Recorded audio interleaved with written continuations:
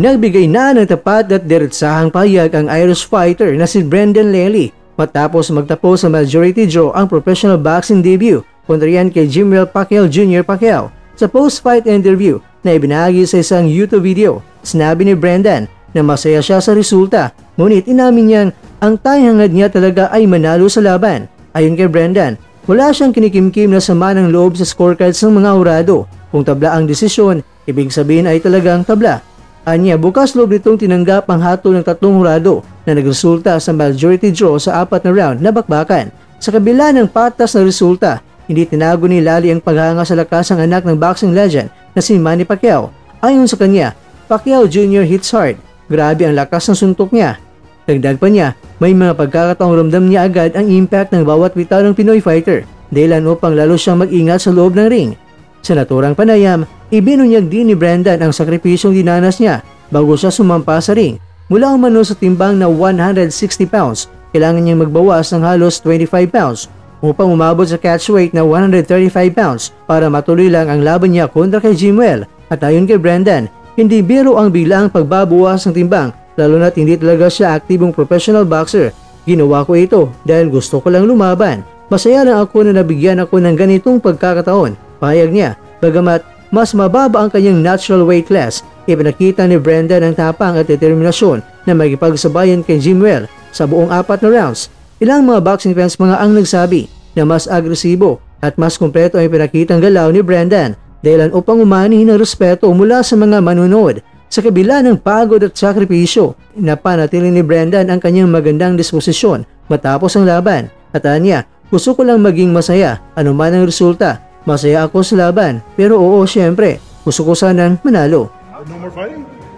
No man, come on. Sa pagtatapos ng panayam, ikinagulat naman ng marami ang revelasyon na nasa isipan ni Brendan dahil nasa isipan na niya ang pagre-retiro mula sa boxing.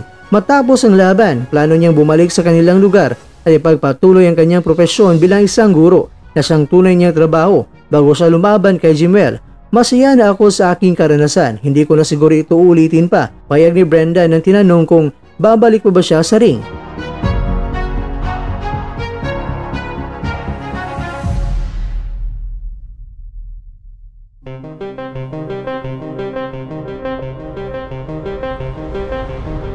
Mga kakwento, iba ang pananaw ng kanyang coach at ayon dito, bukas sila sa rematch kung nanaisin ni Jimwell ng pangalawang sagupaan. At kung sakaling matuloy, handa raw silang lumipad kahit sa Pilipinas ang venue.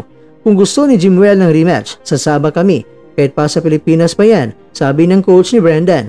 Sa ngayon mga kakwento, mas pinipili ni Brendan ang tahimik na buhay bilang guro. Dila ang masasayang alaala at mabigat na suntok na tumatak sa kanyang una at maaring huling laban sa professional boxing.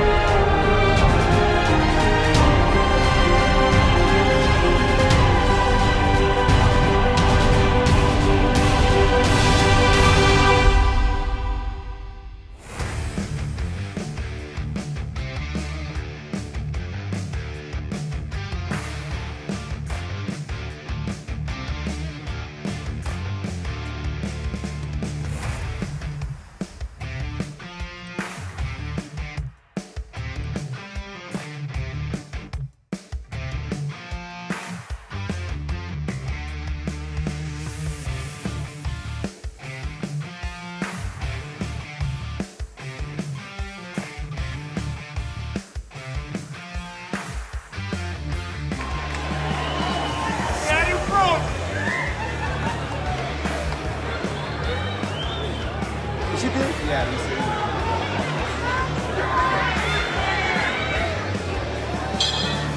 My mom sits there. Oh, yeah, later.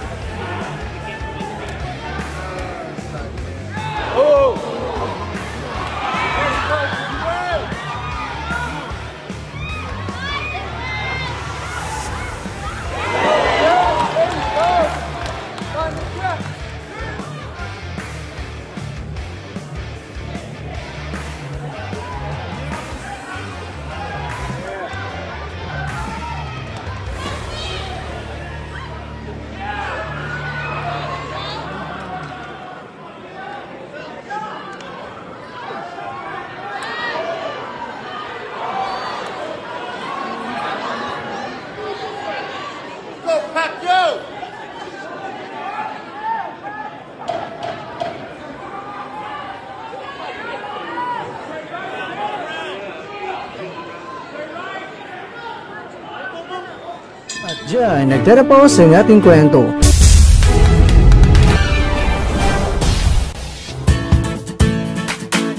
Maraming salamat mga kakwento sa inyong panonood. Pero baka naman mga kakwento ay nagustuhan niyo po ang kwento natin ngayon.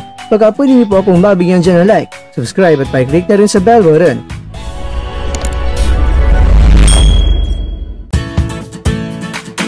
Pero bago tayo tatapos mga kwento, syempre, shoutout po muna tayo dyan sa ating mga kakwento.